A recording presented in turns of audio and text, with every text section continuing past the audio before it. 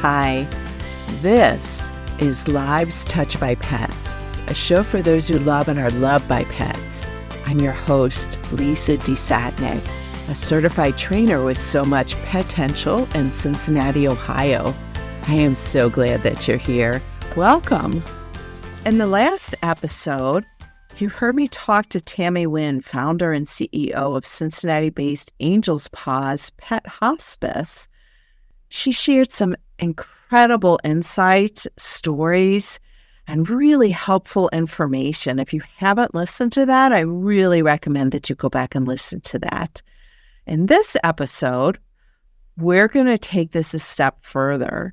Tammy has come out with a wonderful book that she's partnered with Joel Altman on, a beautiful book called Gaining Wings. It's a children's book. Well, really, I think it's an adult book disguised as a children's book, but it's all about supporting parents and their kids through the Rainbow Bridge journey. Thanks again for being here again, Tammy. Thank you so much. And you're exactly right. That's good insight on your part, that it is an adult book that's really disguised as a children's book. So you are Yay. right. The book revolves around a dog named Suki. And I think there's a personal story there, isn't there? There is. Suki was my dog.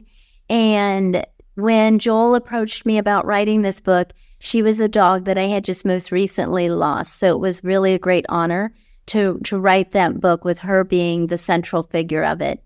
So the story actually just helps kids understand the circle of life, the beautiful circle of life. And yet, inside the book, there are purple boxes that are for parents that help kids navigate those waters. But those are the little tip boxes that I think are also very helpful just for adults to navigate those waters as well.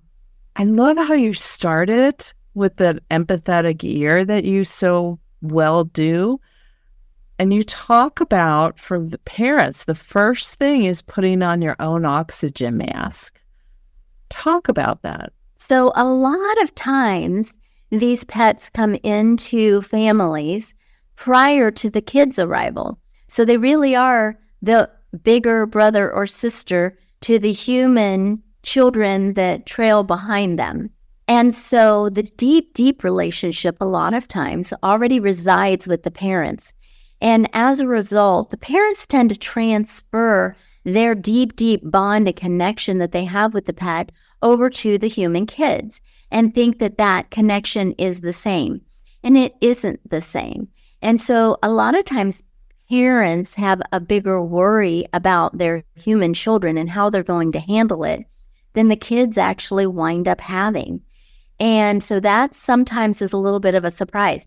You know, for me, Lisa, it was a surprise because when I started Angel's Paws, I created a whole bereavement center in my facility for kids that I kept open for the first 2 years.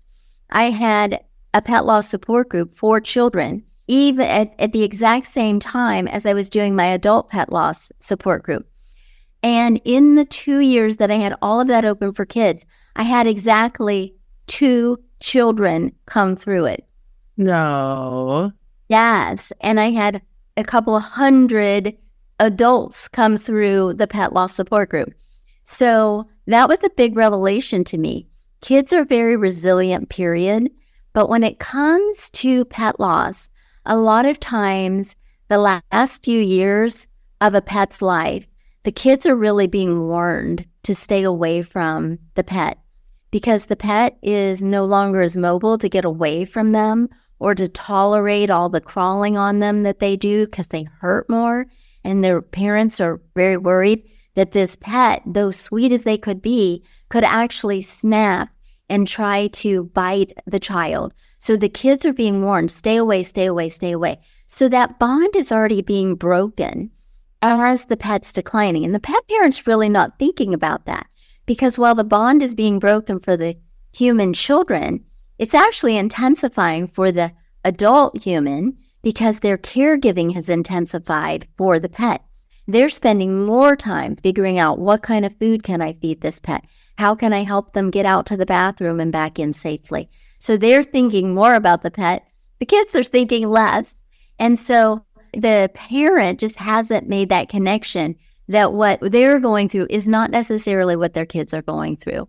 That is not to say that there's not still that random child that is struggling with pet loss. They are still out there. It's just not the bigger population that I thought it was when I first opened Angel's Paws. It's really kind of surprising. Yeah, I was shocked. Yeah, think about kids really grieving their pet because they love their pet. And they do, and they do. And the other thing that kids do that's pretty amazing, Lisa, is they will grieve authentically. They have no problem wailing and crying. They let their emotions out fully. And we adults could really learn a lot from kids on how they grieve because they get it all out and then they're out playing in the backyard 30 minutes later. So because they got it out, it's not because they really didn't love the pet, but they expressed their grief. And if we would allow ourselves as adults to do the exact same thing, we would be so much better off. We can learn so much from kids. I love talking to kids. They're so insightful. And the fact that they do cry it out and then just go on and do other things. That is definitely a very important lesson for us. So, they do react differently, but they still may have questions. When is it okay to talk to them about death? And is it okay to even mention that word, death or dying, to a child? Great questions, Lisa. I'm so glad you asked because, again, people want to tiptoe around the whole concept of death. And death is a part of life. And this is a part of a parent's responsibility to teach their children that death will occur. And I think it's a beautiful thing that the pet is going to be the child's teacher in this. They take on that role. They take it on very gracefully and will demonstrate that.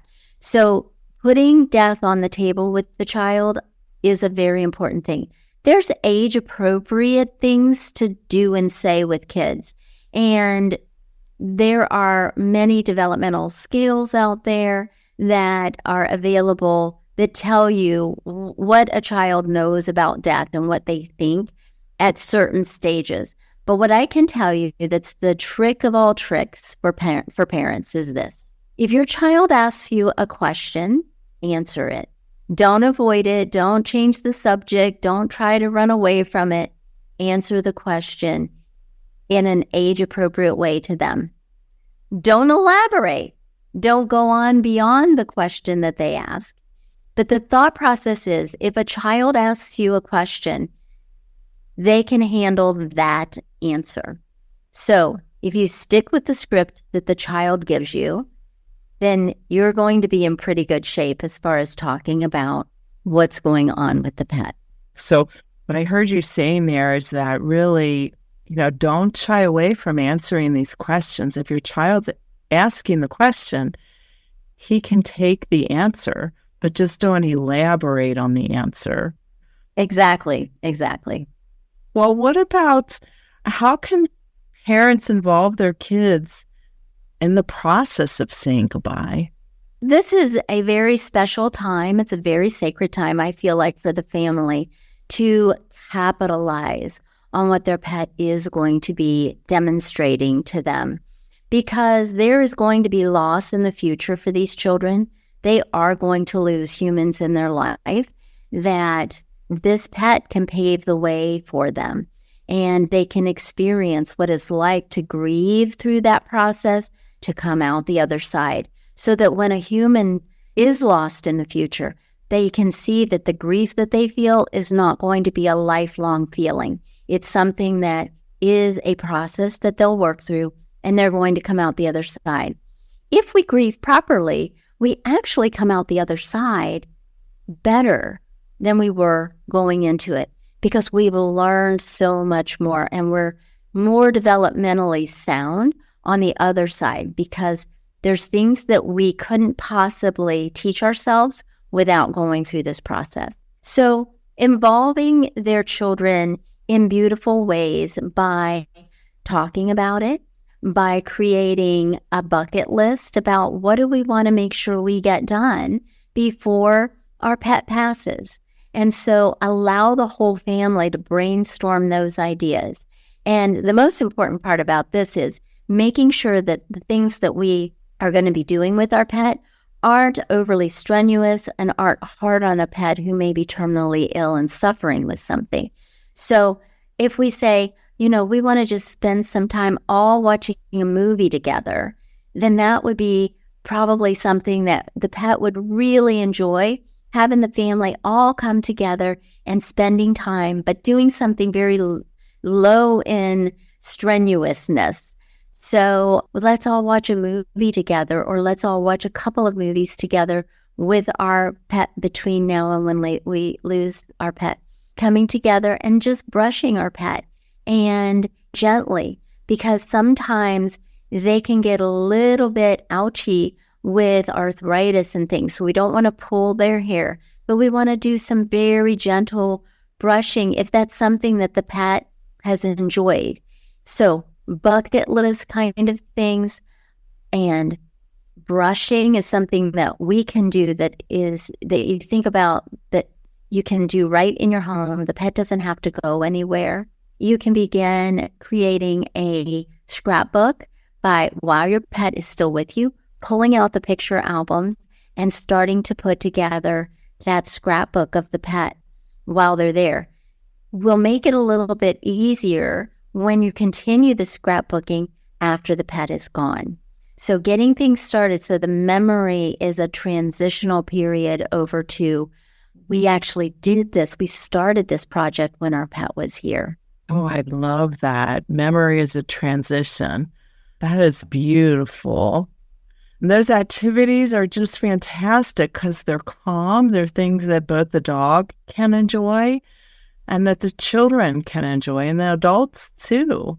So celebrating your pet is an important way to help with this whole process, sounds like. It's really important. Your pet comes in and teaches us amazing life lessons.